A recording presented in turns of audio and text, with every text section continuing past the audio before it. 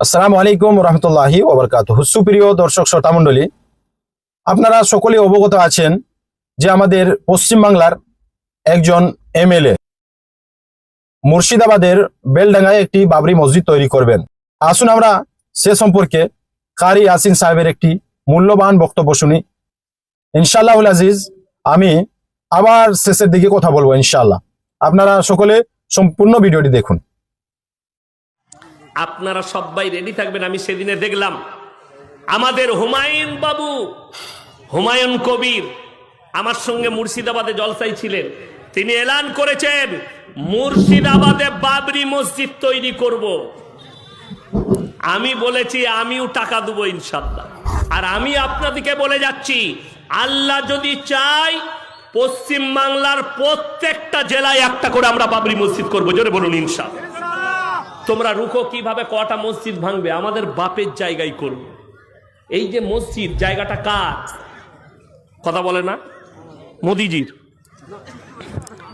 আরে আমাদের বাপ দাদারা, একে টাকা কে দিলে? এই এতগুলো টাকা কে দিল? আপনারা দিলেন না যোগীজি এসে দিয়ে গেল? আমরা দিলাম। যারা বলছে মুসলমান पाकिस्तान में चले जाओ, इतिहास उठाकर देख, अंग्रेजों को भगाया मुसलमानों ने। इस हिंदुस्तान को आजादी मिली मुसलमान के खून से रंगा हुआ है।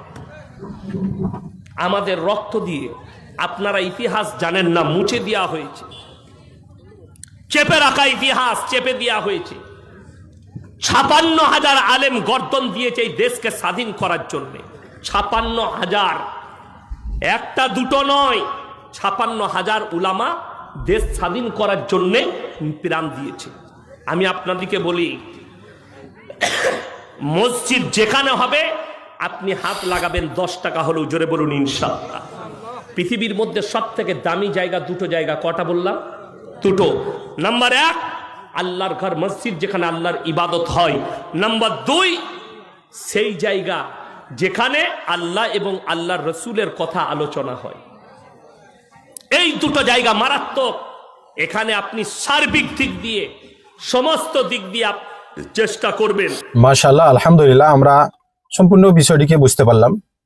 আল্লাহ সুবহানাহু ওয়া তাআলা কারি ইয়াসিন সাহেবকে জাযায়ে খায়ের দুক, আমিন।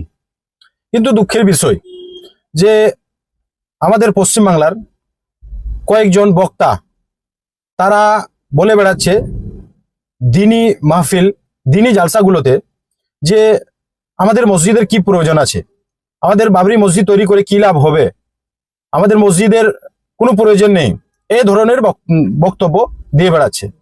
তাদের উদ্দেশ্য বলি যে ভাই, আমাদের সরকার কিছুদিন আগে ওয়াকফ সম্পত্তিটা ছিনিয়ে নিল, তার বিরুদ্ধে আপনি কিছু কথা বলেননি। তারপরে বলি, মনে করি যে আপনি কোনো একটা দলের আপনি দালাল, তাই আপনি প্রায় ১২ থেকে ১৫ বছর মাদ্রাসায় পড়াশোনা করে আপনার মুখ থেকে এটা কিভাবে বের হলো যে মসজিদের আমাদের কোনো প্রয়োজন নেই, মসজিদের এখানে আমাদের কোনো মসজিদ করার কোনো দরকারই নেই? আপনি এ বাক্য কিভাবে বলতে পারলেন? একজন আলিমের মুখ থেকে তো এরকম আশা করা যায় না, বা একজন বক্তা এভাবে বলতে পারে না যে মসজিদের প্রয়োজন নেই, মসজিদে কি লাভ হবে আমাদের, বা মসজিদে মুসলমানদের কি লাভ হবে। এই ধরনের বক্তব্য মোটেও ঠিক না। আল্লাহ সুবহানাহু ওয়া তাআলা যে সব বক্তারা এগুলো কথা বলে বেড়াচ্ছে, আল্লাহ সুবহানাহু ওয়া তাআলা তাদেরকে তুমি হেদায়েত দান করো, আমিন। আসসালামু আলাইকুম রহমতুল্লাহি ওয়া বারাকাতুহু।